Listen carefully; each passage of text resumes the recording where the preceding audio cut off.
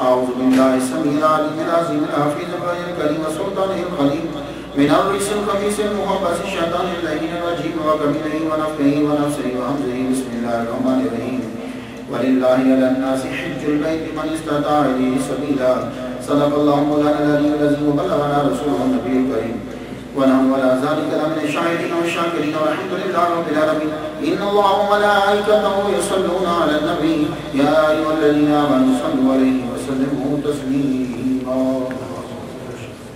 اللهم صل على سيدنا محمد وعلى محمد وعلى محمد وصحبه محمد وبارك وسلم.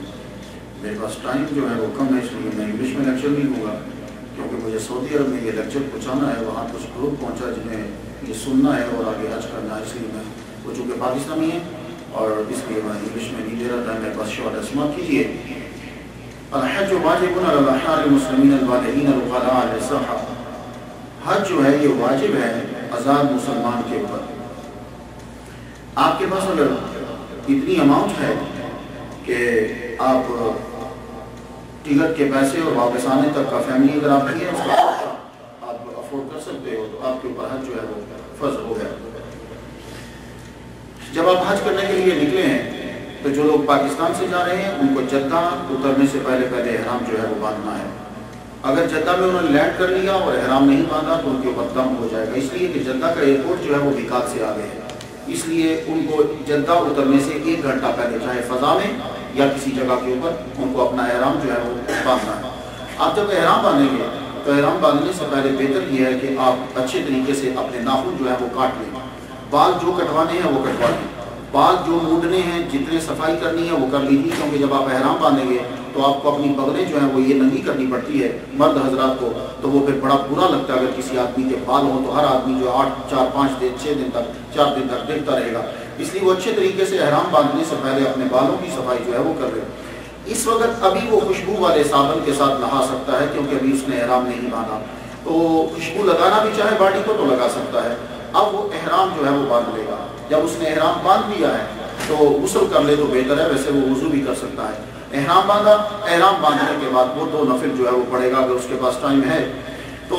غسل بھی تب ٹائم اس کے پاس ہو تو یہ کرنے کے بعد اب وہ تلبیہ بلند کر دے گا. جب اس نے تلبیہ بلند کر دیا لبیک اللہم لبیک اور اس نے نیت کر لی، اب اس کے بعد اس کے اوپر خوشبو لگانا حرام ہو جائے گا. کوئی کسی قسم کا خوشبو کا تیل، کوئی خوشبو، کوئی کسی قسم کا جو بھی چیز ہے اب وہ یہ جو رنگ اور یہ چیزیں ہیں وہ کچھ بھی نہیں لگا پائے گا، اسے کچھ نہیں لگانا. اب تلبیہ جب اس نے بول دیا تو یہ یاد رکھیے کہ حج کی 3 قسمیں ہوتی ہیں. ایک حج وہ ہوتا ہے کہ صرف آپ نے حج کرنا ہے، اس کے لیے آپ کو ایک احرام باندھنا ہے اور آپ اللہم انی ارید الحج آپ صرف ایک حج کی نیت کریں گے، اس کو افراد کہتے ہیں. اور دوسری حج کی قسم ہوتی ہے قران.